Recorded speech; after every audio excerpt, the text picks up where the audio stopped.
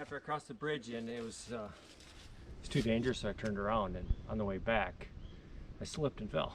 Oh man, got right on my face. Jeremy took a bit of a spill. He was pretty much knee deep in a beaver dam bog. Ooh.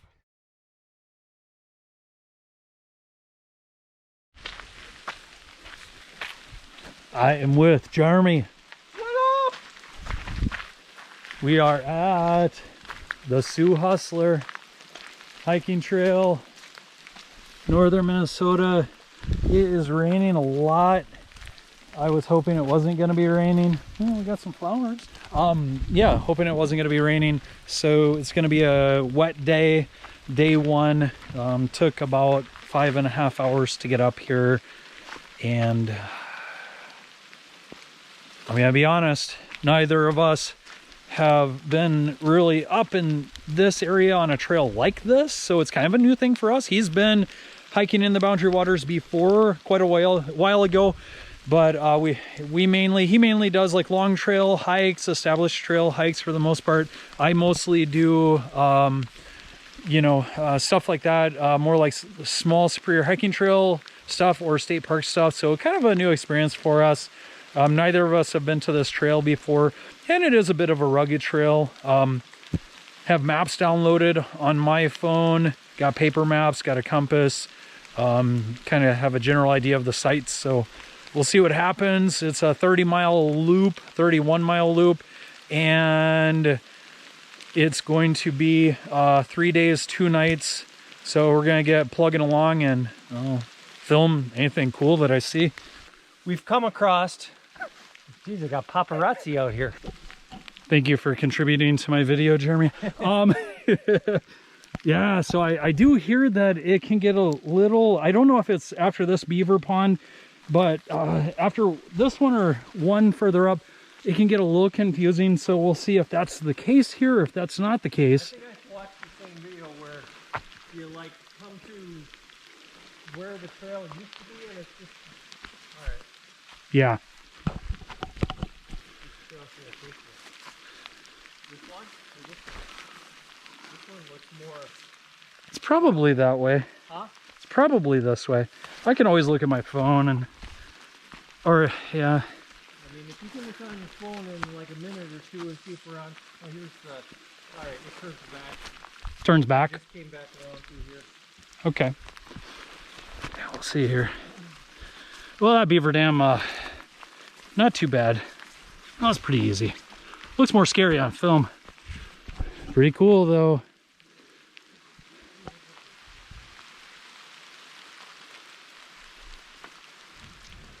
Super cool. So, bit of deadfall. Definitely getting into the forest here between lakes. So a really cool trail. Smells like a pine forest. Feels like a pine forest. It is a pine forest. That squirrel.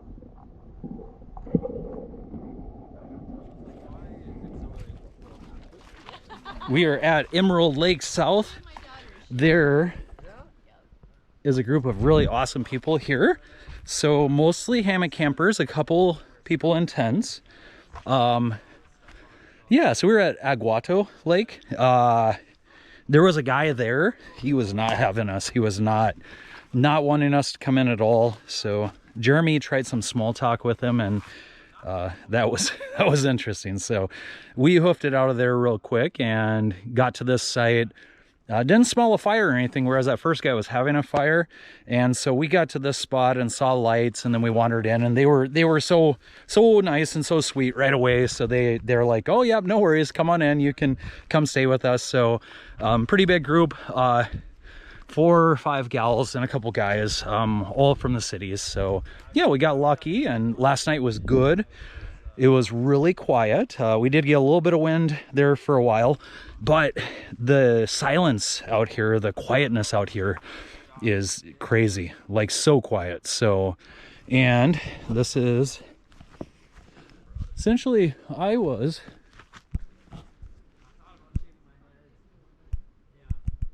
set up between that tree, So this is kind of my, let's go over here. This was my view. Though by the time I set up, it was dark, so I didn't really get that view.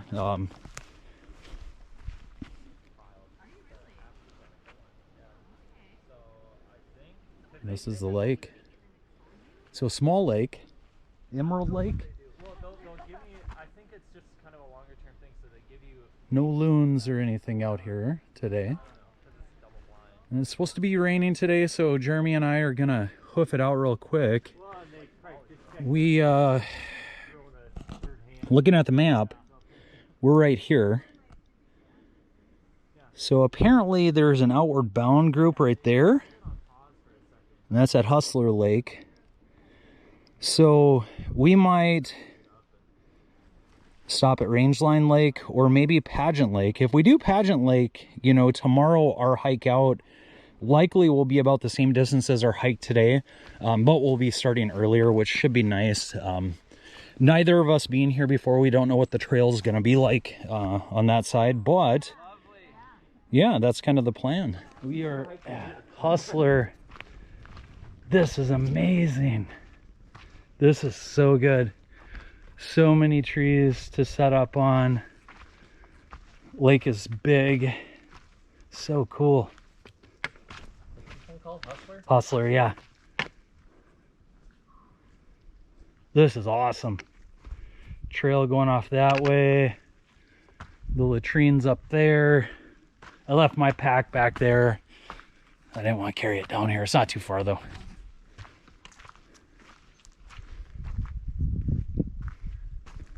We walked just a little bit and we came to the Hustler Lake campsite, and it's pretty amazing.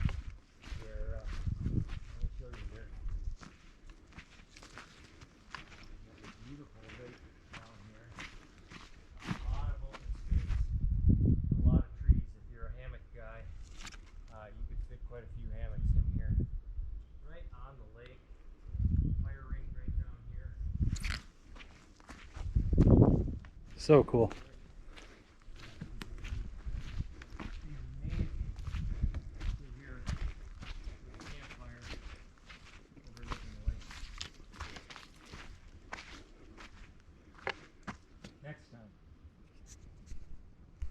We have a massive deadfall down here. Looks like it's been dead for a while. I would assume it's probably been over the trail for a while, but it is huge. Pretty slippery here, so I'm gonna have to go a little careful. Look at that.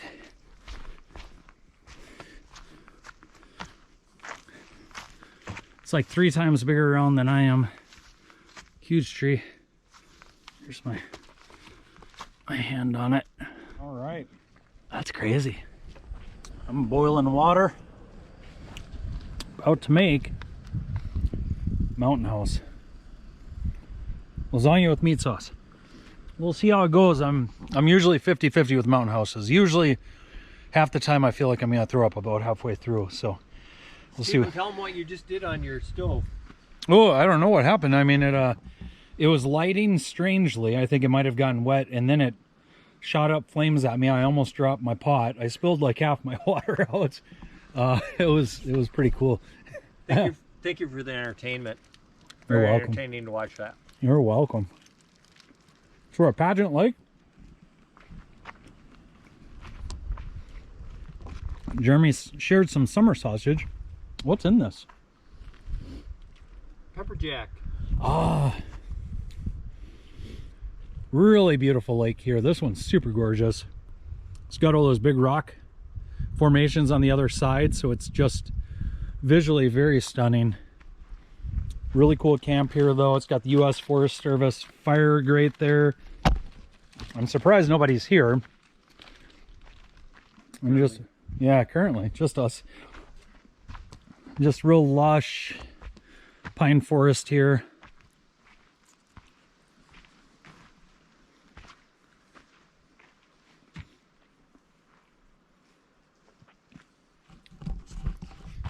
Yeah, really neat up here. I can see why people take the effort. So the trail's not easy. It's not easy. It's, you know, it's pretty rugged. It's not the biggest climbs, but it's pretty slippery, rocky, rooty. We've crossed like 5 or 6 beaver dams. 2 or 3 of those were pretty hard to cross. Crossed a lot of very wet sections. I've seen videos of people coming up here early in the year when the thaw is still happening, and it looks really rough at that time of the year. So it's looking like fall is really the time to come out here. Also at the beginning of the year, deer flies galore. Whereas right now here in late September, only seen a couple mosquitoes, no flies, very little bug activity. Only seen a couple grouse. There are mushrooms everywhere. A lot of cool different types out here. So yeah, it's a cool trail, super cool trail. Glad I came.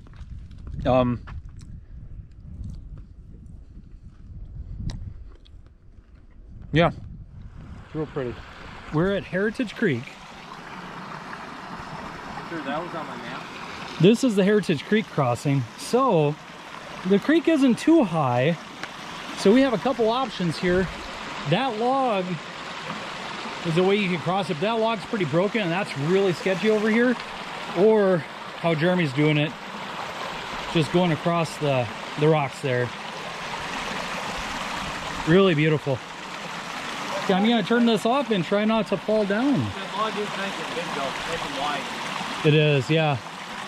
Sometimes when this is high, I think people have to do that log. Yeah. We came across a moose track. I've never seen one of these in the wild. I've seen bear tracks, but my first moose track. He was walking right down this trail, maybe not long ago. He's walking that direction too. That direction. Let's see if we encounter him. I am on the Little Sioux River. I am going to start setting up. I'm going to set up here. This is incredible. So the campsite down there is taken up by some canoers, and we didn't want to disturb them. And the walk back would be too far. It would absolutely get dark, and I think that would be a bad idea too. So Jeremy, unfortunately, he has a bridge hammock, and all these spans here are either too short or too long for him. So he's way down that way, kind of by a portage, whereas I have this beautiful piney white noise cathedral to myself. So can't complain. I'm gonna set up my hammock, and then I'm gonna go down and get some water. I'm gonna cook some food, and then I am going to set my chair up probably down here, and I'm gonna sit and enjoy nature for a little bit. So yeah,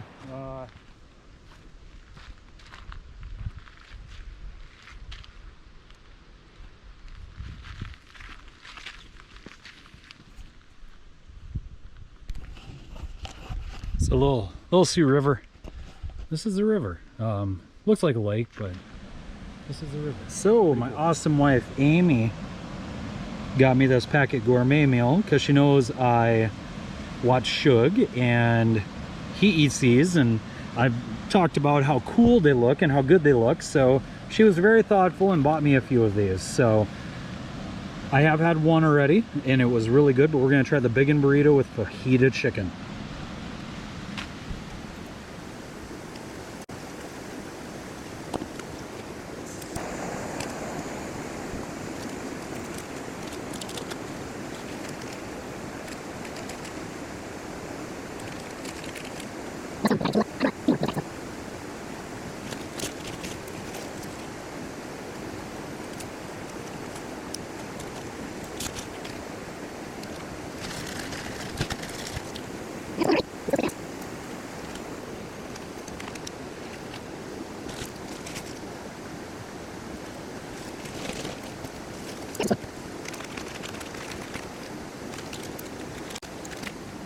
Well, that looks good. I'm gonna try a bite.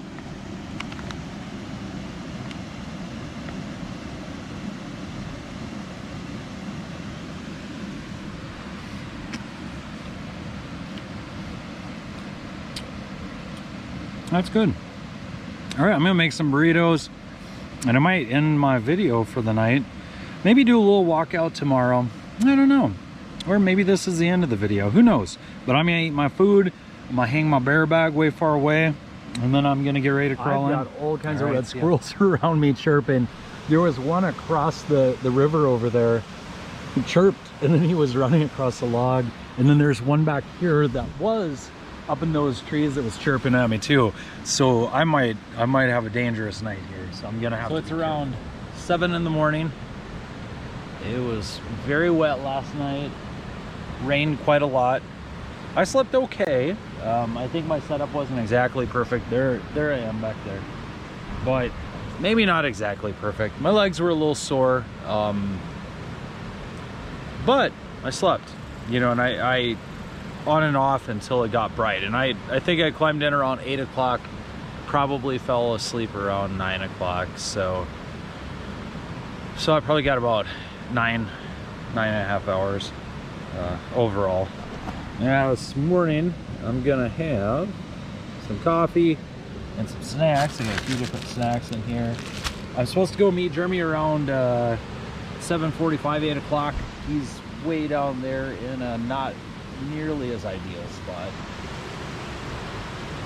And we're just right here on the river. Might not be able to see it through the trees with this camera, but essentially the river is running through some rocks and, you know, kind of rapids or whatever right there, coming from where it's really wide, and then it passes through the valley here. So pretty fabulous. So I'm gonna have some coffee and some breakfast. So I'm about to tear down the trail. I brought my bonfire gear Whisper. I think this is one of the best hammocks ever made. Jeremy went out of business, so he's not making them anymore. But super simple. You essentially just take it and stuff it into your bag. You leave the quilt and everything inside of the hammock. And then he's got this spiffy deluxe suspension, which this time I had to use the extra feature there, which is where you can hook your tarp right to the suspension. And then you hook your hammock to the hook down here. So you got a small hook up here to hook your tarp to, sorry. Bigger hook down here to hook your hammock to. And you got your buckle. But the width here and everything like that, I was gonna have to tie knots with my tarp tie outs instead of being able to loop them, I think, around that tree. So it helped that I had that. So I'm gonna set it up here and we're gonna tear this down.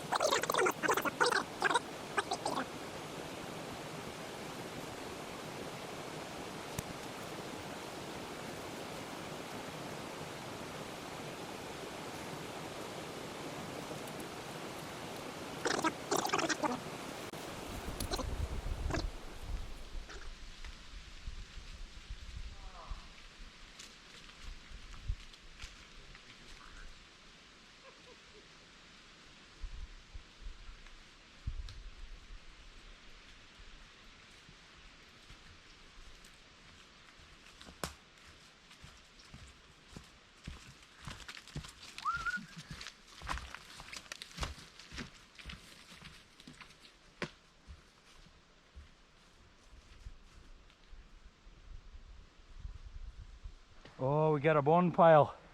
Saw it coming in. Looks like it's a deer. The bones are over here. So it looks like something picked the bones clean, and then the body, the fur and everything is over here. Person obviously put that there. I almost feel like it moved from the last time we were here. All right, we're nearing the end. One thing during that rain is I didn't really recall how many rocks you go over in the beginning, how slippery it is. I would say these shoes that I have on are probably not the best for this. I am sliding around quite a bit. I feel like my Bushidos would have eaten this trail up because I've never slipped in those. They've got such good grip compared to these or any of the other shoes that I've worn. So, you know, some food for thought. If you come out here, bring some pretty grippy shoes if you're going to have any kind of moisture. All the rock areas that you go on, because a lot of this is stone, that stuff is really slippery. We used GPS mainly. The basic US Forest Service maps are not very complete and not very detailed. I would say like the Fisher maps or any of those other brands would be pretty good. You know, they show pretty much everything. I used a blend of Gaia Topo and National Geographic's Trails Illustrated. Mostly used the Trails Illustrated in the beginning. Near Aguado Lake, we got turned around. Trails Illustrated is completely incorrect with what trail is the Sioux Hustler and what trail is the spur trail.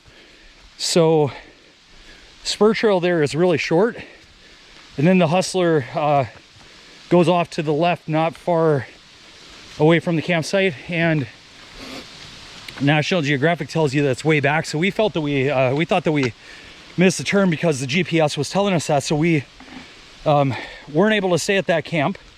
Already pretty tired, and we had to backtrack a long ways and realize, yeah, we're probably not at the right place. So I switched over to the Gaia GPS.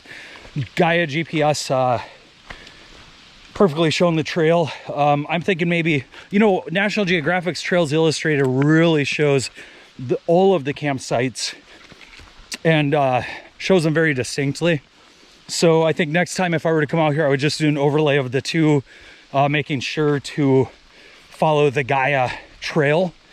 I'm just not sure if they would layer correctly, or going in and marking each of those campsites on the Gaia topo map, topographical map, instead of using that National Geographic's Trails Illustrated. Though I do really love how it looks and all that, but there's some inaccuracies on that map, which I kind of knew coming out here. I had read, you know, that your map companies that focus on this area up here do a lot better jobs. So but yeah, pretty overgrown and rough here. I can see why in the rain, first time out here, took us quite a while to get, you know, Two Devils Cascade. So a lot of slipperiness, a lot of rocks, a lot of roots, ups and downs, climbs, descents, all that jazz. But it's a beautiful day today. Feet are soaking wet, of course. My shoes never dried out this whole trip. So yeah, so feet are soaking wet, but you know, I'm feeling good and fresh, and you know, it was a great trip. So yeah, just wanted to point out the GPS inaccuracies, I guess. Oh, I also forgot to mention GPS works perfectly up here. So GPS worked perfectly. Used my inReach Mini to text my family each morning when I got up, and each evening when I got into camp, to let them know that I was doing good, and that worked perfectly. First camp we were at, I would say that I was under pretty heavy tree canopy, so I had to move out into a clear spot to get GPS signal good enough to send messages. That was at the Emerald Lake South. So, but yeah, otherwise GPS works perfectly out here on this trail, at least this time for me. Covered, lichen covered.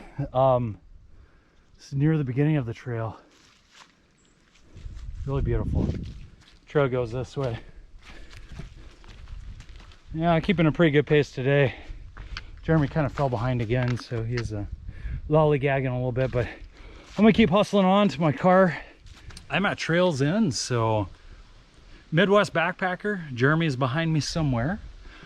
He does have his Earthmate with him, or his Earthmate, his Garmin, so he's got Earthmate, so he should be fine. I didn't go through any sections that were too sketchy back there, so the risk of getting hurt or anything back there is pretty minor. The trail was easy to follow in my opinion, and he does have his Garmin, so he should be fine. I'll give it a good 20 minutes or so, and if I don't spot him, I'll start backtracking without my pack. So awesome trip, Sioux Hustler. It's my first loop up in the Boundary Waters, and it was really pretty, really beautiful. We got about 5 cars here. There were multiple canoeists out, so it is a little busy up here right now. It makes sense because it's fall. Plus we got the COVID stuff going on, so I think more people are out. So some thoughts, pretty rugged. That first part of the trail, kind of underestimated the ruggedness of it. So, you know, the overriding theme definitely is wet feet, slippery rocks, lots of roots. So those are 3 things that you're gonna have to deal with out here. And so I think our total mileage, in my guesstimate, is about 37 miles. We did have one spot where we were, you know, misrouted, as I've mentioned. And then we did go down into a bunch of the campsites. So we, you know, some extra walking there. And so I think we're about 37 miles. I think our pace was pretty good. So we went fairly fast. You know, I have food for thought out here. So, you know, that first night we stayed with a group, super kind. I mean, I kind of feel like on the Superior hiking trail, you tend to find most people out there are social and nice. And if you ramble into camp late at night, they're going to let you stay.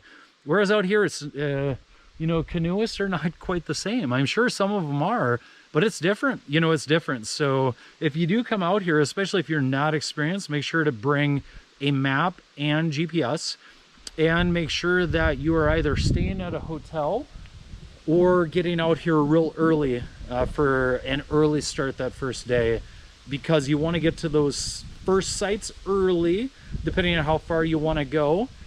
And you want to make sure they have backup sites.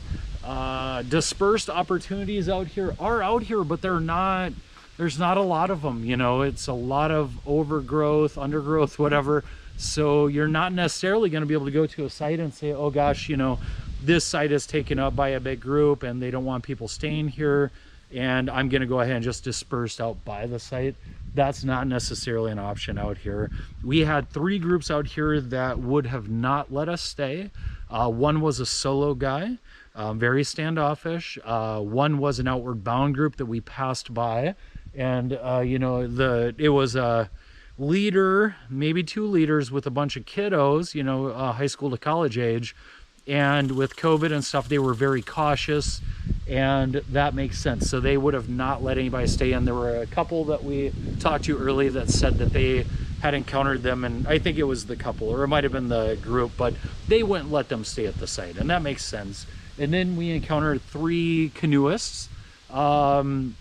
We dispersed kind of by them, and Jeremy, Midwest backpacker, went into their site early in the morning just to take a picture and to say, you know, see you guys later. And they seemed to kind of be a little upset by the fact that we were by them and that we were rambling back into their camp early in the morning to take pictures. So just a thing of note, you have to have that as a consideration when you're out here. Some people want the solitude, some people want to be by themselves, and some people don't want to socialize. So a little different than the Superior hiking trail. So this is me checking off. I'm gonna hang out here, pull my pack off, get my Crocs on, relax a little bit, drink some water, and you know, I'm gonna wait for Midwest backpacker. And like I said, if he doesn't show up in like 20 to 30 minutes, I'm gonna backtrack and find him. And food for thought, if you're out here with a friend and you both have Garmins, you might want to add each other as contacts on your Garmin so you can reach out to each other if need be. And we did not do that, so next time that's gonna be something I'll definitely do. All right, signing out. Cool trip.